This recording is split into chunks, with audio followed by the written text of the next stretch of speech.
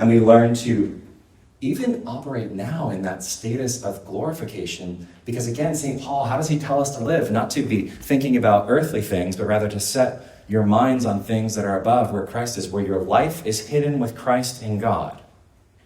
That even now you're seated with Christ in the heavenly places. So united to him are you that you are with him even in that reality now.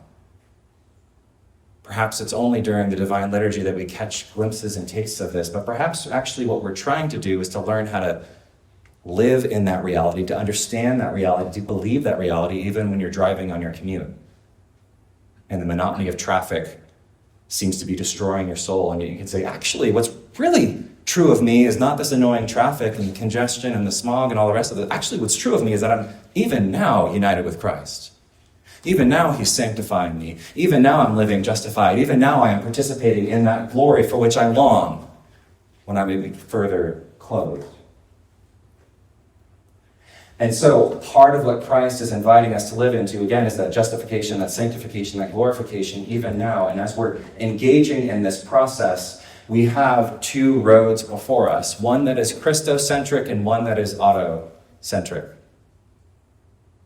And the danger for us and the concern for us is that we might learn how to operate in Christocentric justification, sanctification, and glorification, and not autocentric, not self-centered justification, sanctification, and glorification.